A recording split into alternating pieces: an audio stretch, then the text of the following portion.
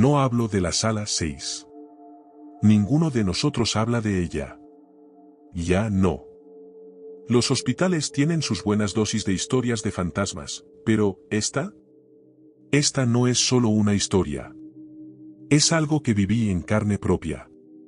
Algo que todavía se cuela en mis pesadillas, algo que me hace temer el silencio de un pasillo vacío. Llevo 17 años como enfermera de turno nocturno, y he visto cosas que podrían perturbar incluso al más curtido de nosotros. Pero, lo que pasó en la sala 6. Eso lo cambió todo. La sala 6 fue cerrada hace 3 años. Lo achacaron a recortes presupuestarios, pero nosotros sabíamos la verdad. Sucedió después de que don Alberto falleciera. Se suponía que le darían de alta. Sus signos vitales eran estables, su historial limpio. No había razón para que sufriera un paro cardíaco a las 3:15 de la madrugada. Pero lo tuvo. Y cuando llegó el equipo de código, algo andaba mal. Tenía los ojos abiertos, fijos en el techo, la boca ligeramente abierta, como congelado en medio de un grito silencioso. El monitor todavía pitaba, mostrando una línea plana, pero su cuerpo no estaba frío. Su piel se sentía cálida, demasiado cálida, como si algo aún estuviera dentro aferrándose a la vida. Pero él se había ido. Seguimos adelante, o intentamos hacerlo. Empezó de forma sutil, una luz de llamada parpadeando en una habitación vacía, el olor a antiséptico mezclado con algo metálico, algo putrefacto, persistiendo un poco demasiado. Pacientes murmurando sobre el hombre junto a la ventana, aunque sus persianas estuvieran cerradas y sus puertas con llave por la noche. Un guardia de seguridad renunció después de revisar las grabaciones de la sala 6. No quiso decir lo que vio, solo murmuró algo sobre ojos observando y se fue sin cobrar su último cheque. Y luego, el intercomunicador comenzó a emitir susurros. Eran las 2:37 de la madrugada. Recuerdo la hora exacta porque acababa de terminar mi ronda y estaba rellenando papeleo en la estación de enfermeras. El intercomunicador del techo cobró vida con un crujido, y una voz, suave y apenas por encima de un susurro, dijo mi nombre. Clara. Me congelé, el bolígrafo se me resbaló de los dedos. Miré a mi compañera, Teresa, pero tenía los auriculares puestos, absorta en su teléfono. La voz volvió a hablar, más insistente esta vez. Clara, me dejaste morir. Un escalofrío me recorrió la columna vertebral. Me obligué a levantarme, a caminar hacia el panel del intercomunicador, presionando el botón para responder. Aquí Clara, ¿quién habla? Silencio. Me giré hacia Teresa. ¿Oíste eso? Se quitó un auricular, arqueando las cejas. ¿Oír qué? El intercomunicador volvió a crujir. Y entonces lo oí. No mi nombre esta vez, sino una respiración lenta y húmeda. El sonido de alguien ahogándose, luchando por respirar, jadeando en busca de aire. Apagué el intercomunicador de golpe. No paró. La respiración resonaba desde el pasillo, viniendo de la sala 6. Las puertas habían estado cerradas durante meses, pero juraría que vi una sombra moverse detrás del panel de vidrio esmerilado. Una figura larga y distorsionada moviéndose de manera antinatural. Retrocedí, con las manos temblorosas. Esa fue la noche en que revisé las grabaciones de seguridad, y esa fue la noche en que deseé no haberlo hecho. A las 3:15 de la madrugada, la hora exacta de la muerte de don Alberto, las cámaras de la sala 6 parpadearon.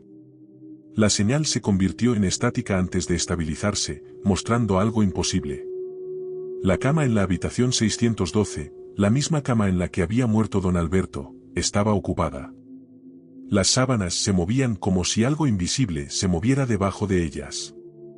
Y entonces la figura se sentó. No pude ver una cara, solo la forma de un hombre, encorvado y antinatural, inclinando la cabeza con movimientos espasmódicos y antinaturales.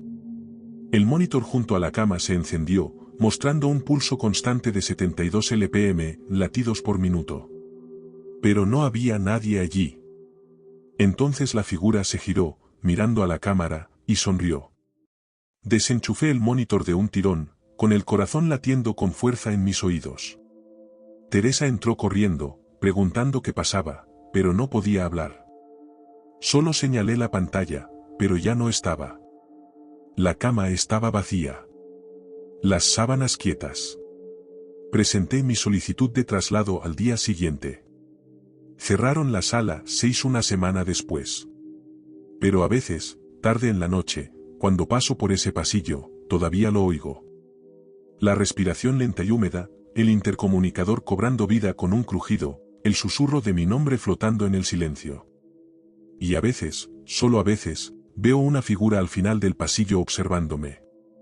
No hablo de la sala 6. Ninguno de nosotros habla de ella.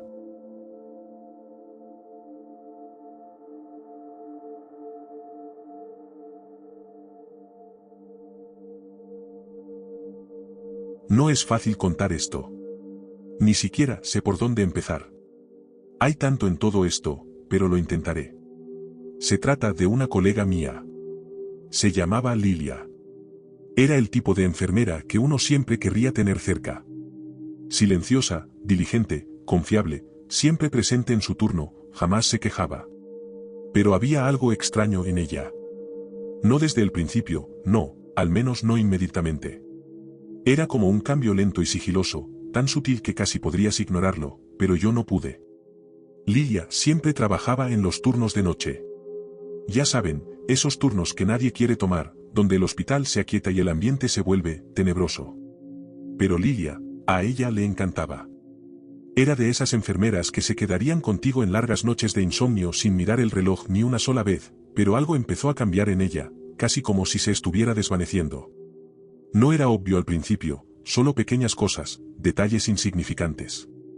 Su piel, al principio, parecía saludable, incluso radiante, pero luego comenzó a perder esa calidez.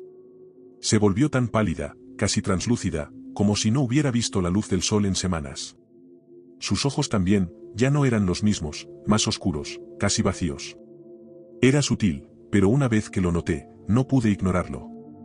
Tampoco hablaba mucho, no como antes. Se quedaba mirando fijamente a la nada, con los ojos vacíos, y cuando hablaba, su voz tenía una cualidad extraña, casi distante. Era como si realmente no estuviera allí. Recuerdo una noche en particular. Era alrededor de las 2 de la madrugada, las luces del pasillo parpadeaban en su habitual intento a medias de iluminar. Lilia acababa de terminar su ronda, y noté algo diferente en ella. Caminaba más lento de lo habitual, arrastrando los pies como si estuviera demasiado cansada para levantarlos. No respondió cuando le pregunté si estaba bien, solo me dio una sonrisa vacía, como si en realidad no fuera ella quien sonreía. Desde esa noche, todo empeoró. No sé cómo explicarlo, pero empecé a sentirme incómodo a su alrededor, como si se estuviera alejando cada vez más del mundo que una vez conoció. Sus movimientos se volvieron más lentos. Comenzó a volverse olvidadiza, olvidando dosis de medicamentos, cometiendo errores que jamás habría cometido antes. Y lo peor. Empezó a llegar más temprano, a quedarse más tarde. Era como si se estuviera obsesionando cada vez más con los turnos de noche. Parecía necesitarlos, como si no pudiera dejarlos ir. Entonces, una noche, sucedió algo extraño.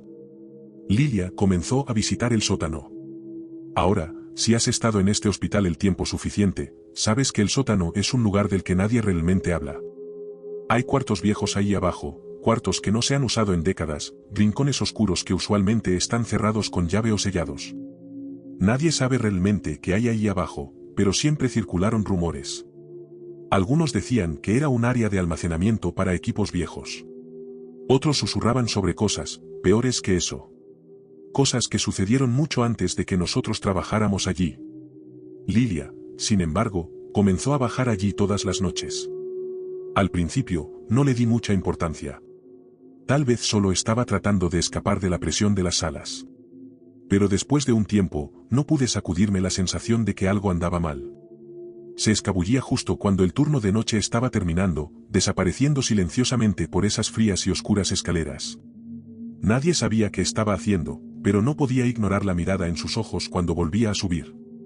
Era como si algo hubiera cambiado en ella. Estaba más distante, más desapegada, su comportamiento aún más extraño. Le pregunté una vez por qué bajaba allí, y ella solo me sonrió, esa sonrisa vacía, casi escalofriante. Es tranquilo, dijo. Es donde encuentro la verdad. Eso fue todo lo que dijo y no volvió a hablar del tema, pero después de eso sentí que era una persona diferente, como si lo que fuera que estuviera encontrando allí abajo la estuviera absorbiendo. Creo que nunca volvió a ser la misma. Entonces, una noche, Lilia simplemente se desvaneció. No sé cómo describirlo de otra manera. En un momento estaba allí, y al siguiente se había ido. Simplemente se fue. No hubo señales de forcejeo, ni indicios de que algo anduviera mal. Su casillero estaba vacío a la mañana siguiente. ¿Sus objetos personales? Desaparecidos. ¿El uniforme que siempre usaba? Todavía colgado en la parte de atrás del armario donde lo dejó.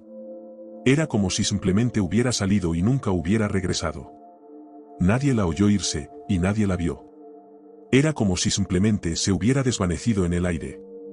Al principio, pensé que tal vez solo necesitaba un descanso. Tal vez estaba cansada, o tal vez solo quería desaparecer por un tiempo. Pero en el fondo, algo me decía que no era eso. Les cuento esto porque después de que se fue, no se sentía como si realmente se hubiera ido. Caminaba por los pasillos por la noche, solo, como de costumbre, y lo sentía. La misma sensación que tenía cuando ella estaba cerca. Esa sensación, el vello erizado en la nuca, como si alguien estuviera justo detrás de ti. Era sutil, como un cambio en el aire, y durante mucho tiempo me dije a mí mismo que era solo mi imaginación. Pero entonces empezaron a suceder cosas. Empecé a oír cosas. Pequeños ruidos al principio. Pasos. Pasos suaves y medidos, como alguien caminando por el pasillo con esos viejos zapatos pesados de enfermera, los que usábamos antes de que el hospital actualizara los uniformes. Me daba la vuelta esperando ver a Lilia, pero no había nadie. Yo no era el único que lo notaba tampoco. Algunas de las otras enfermeras también lo oyeron. A altas horas de la noche lo mencionaban de pasada, el sonido de pasos suaves resonando por el pasillo, el crujido de una puerta abriéndose lentamente. Pero lo peor.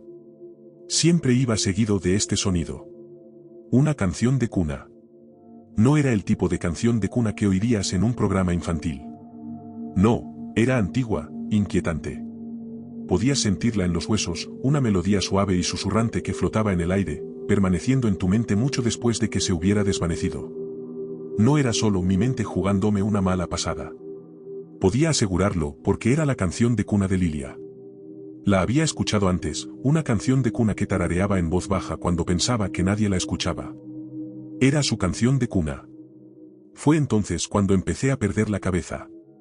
Había noches en las que me sentaba en la estación de enfermeras, solo, el silencio oprimiéndome, cuando lo sentía. La presencia. La sentía allí, de pie justo detrás de mí, observando. Me giraba rápidamente, esperando verla, pero no había nadie.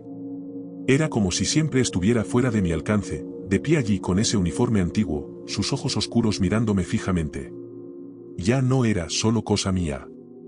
Las enfermeras hablaban de ello en voz baja. Bromeaban sobre su fantasma acechando los pasillos, pero podía notar que también estaban asustadas. Y por mucho que intentáramos fingir que todo estaba bien, todos sabíamos que algo andaba mal. No estoy seguro de lo que le pasó a Lilia. Tal vez nunca debió salir del hospital. Tal vez eligió quedarse, por alguna razón que nunca entenderemos. Pero sí sé una cosa con certeza. A veces, en lo más profundo de la noche, cuando todo está en silencio y quieto, la siento justo fuera de mi vista, justo detrás de mí.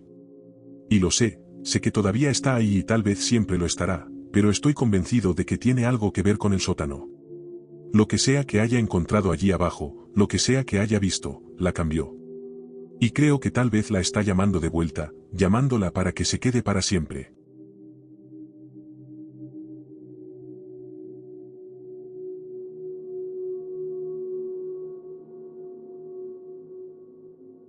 Hay cosas que no debemos saber.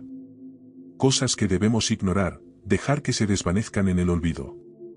Porque una vez que las sabes, una vez que realmente las entiendes, no hay vuelta atrás.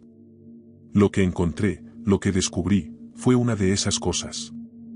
Fue durante una revisión de rutina. Una tarea simple, como cualquier otra. Me tocaba revisar los almacenes, esos que están escondidos en los rincones del edificio, fuera de la vista, donde nadie va jamás. La mayoría de las veces, solo son estantes llenos de equipos viejos, objetos desechados que no se han usado en años. Pero esta vez fue diferente. La habitación que debía revisar era la más alejada, la última puerta al final del pasillo. No esperaba nada fuera de lo común, solo más de lo mismo. Pero al acercarme, noté algo extraño. La puerta estaba entornada, lo justo para que pudiera colarme. Eso en sí no era inusual. El personal aquí siempre anda a mil, y a veces las cosas quedan entreabiertas. Pero por alguna razón sentí un tirón, una fuerza extraña casi magnética que me hizo dudar por un segundo antes de empujar la puerta para abrirla por completo. Dentro era exactamente lo que esperaba, polvoriento, tenuemente iluminado, lleno de equipos viejos y sin usar. Carros rotos, cajas olvidadas de suministros, reliquias olvidadas de un hospital que hace tiempo había pasado su mejor momento.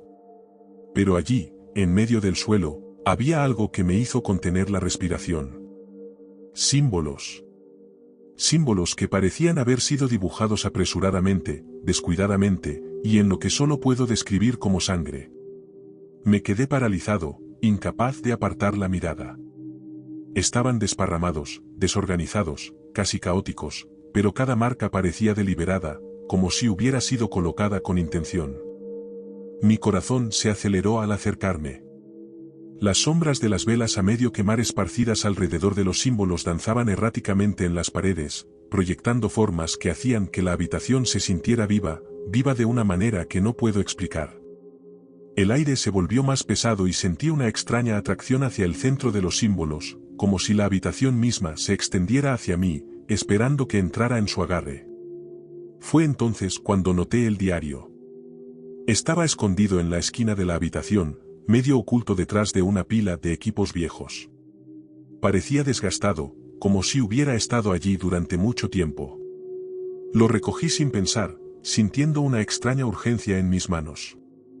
Las páginas estaban amarillentas, la tinta desvanecida en algunos lugares, pero las palabras aún eran legibles. El diario había pertenecido a alguien que había trabajado aquí, alguien que ya no estaba. Mientras hojeaba las páginas, las palabras parecían atraerme, haciendo que la habitación se sintiera aún más fría, más oscura. Las entradas hablaban de algo inquietante, algo que no podía comprender del todo. Era sobre rituales, rituales diseñados para contener espíritus, espíritus que nunca debieron descansar. Tuve que obligarme a leer cada palabra porque, con cada frase, podía sentir algo presionando contra mi pecho, como si intentara evitar que entendiera. Los rituales no desterraban a los espíritus. No, los atrapaban. Atrapados aquí, en las paredes del hospital, en el sótano, en los cimientos mismos del edificio. Los rituales estaban destinados a atar a los espíritus, a mantenerlos contenidos, pero nunca podrían enviarlos lejos. El escritor hablaba de ellos como si estuvieran vivos, como si estuvieran constantemente observando, siempre hambrientos, nunca descansando. Fue entonces cuando entendí. Con lo que me había topado no era una mera superstición. Estos espíritus no buscaban la paz. No solo estaban rondando en el fondo, esperando ser liberados. No. Buscaban algo mucho más insidioso. Buscaban compañía. Querían ser vistos, querían ser recordados. No pude terminar de leer. Mis manos temblaban, las palabras se volvían borrosas mientras mi mente daba vueltas. Podía sentir cómo la temperatura descendía, el peso opresivo del aire presionándome. No sé qué me pasó, pero tenía que salir de allí. Dejé caer el diario, sin importarme siquiera dónde cayera, y retrocedí tropezando hacia la puerta. Pero en el momento en que me giré para irme, pude sentirlo. La presencia en la habitación. No eran solo los símbolos. No era solo el ritual. Había algo en la habitación conmigo. Algo que no había estado allí antes. Cerré la puerta de golpe tras de mí, con el corazón latiendo con fuerza en mi pecho. Pero incluso mientras estaba allí, tratando de recuperar el aliento, todavía podía sentirlo. La pesadez. La atracción. Sabía que no podía quedarme en esa habitación ni un segundo más, pero no podía sacudirme la sensación de que ya me había marcado de alguna manera. Que lo que fuera que estuviera dentro de las paredes, dentro del sótano, ya había comenzado a seguirme. En los días siguientes, las cosas comenzaron a suceder. Cosas pequeñas al principio. El parpadeo de las luces. El sonido de puertas que se abrían con un crujido en medio de la noche cuando no había nadie alrededor. Los susurros, siempre justo fuera del alcance del oído, siempre pareciendo llamar mi nombre. Y luego los sueños comenzaron. Al principio eran vagos, desconectados, nada más que fragmentos. Pero con el tiempo, se volvieron más claros. Los símbolos, el sótano, los rituales. Pero la parte más aterradora de los sueños no era lo que veía. Era lo que sentía. Siempre algo detrás de mí, respirando en mi nuca, una presencia justo fuera de la vista, justo fuera del alcance. Me despertaba bañado en sudor frío, con el corazón acelerado, y me costaba mucho convencerme de que solo era un sueño, pero no solo sucedía en mis sueños, también sucedía cuando estaba despierto. He intentado decirme a mí mismo que todo está en mi cabeza, que el viejo diario, los símbolos, los rituales eran solo restos de un pasado que nadie necesitaba recordar, pero en el fondo, sé que eso no es cierto. Lo que fuera que estuviera atrapado en ese sótano, lo que fuera que estuviera contenido por esos rituales, todavía está aquí. Todavía está esperando. No sé cuánto tiempo más podré ignorarlo, cuánto tiempo más podré fingir que no me está atrayendo. Pero les diré una cosa. Si alguna vez se topan con una habitación como esa, una habitación que los atrae, no entren. Ni siquiera miren.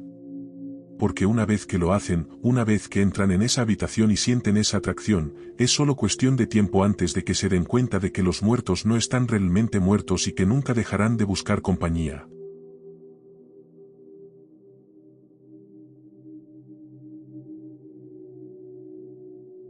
Si estas historias te mantuvieron en suspenso, dale me gusta y suscríbete para más encuentros inquietantes.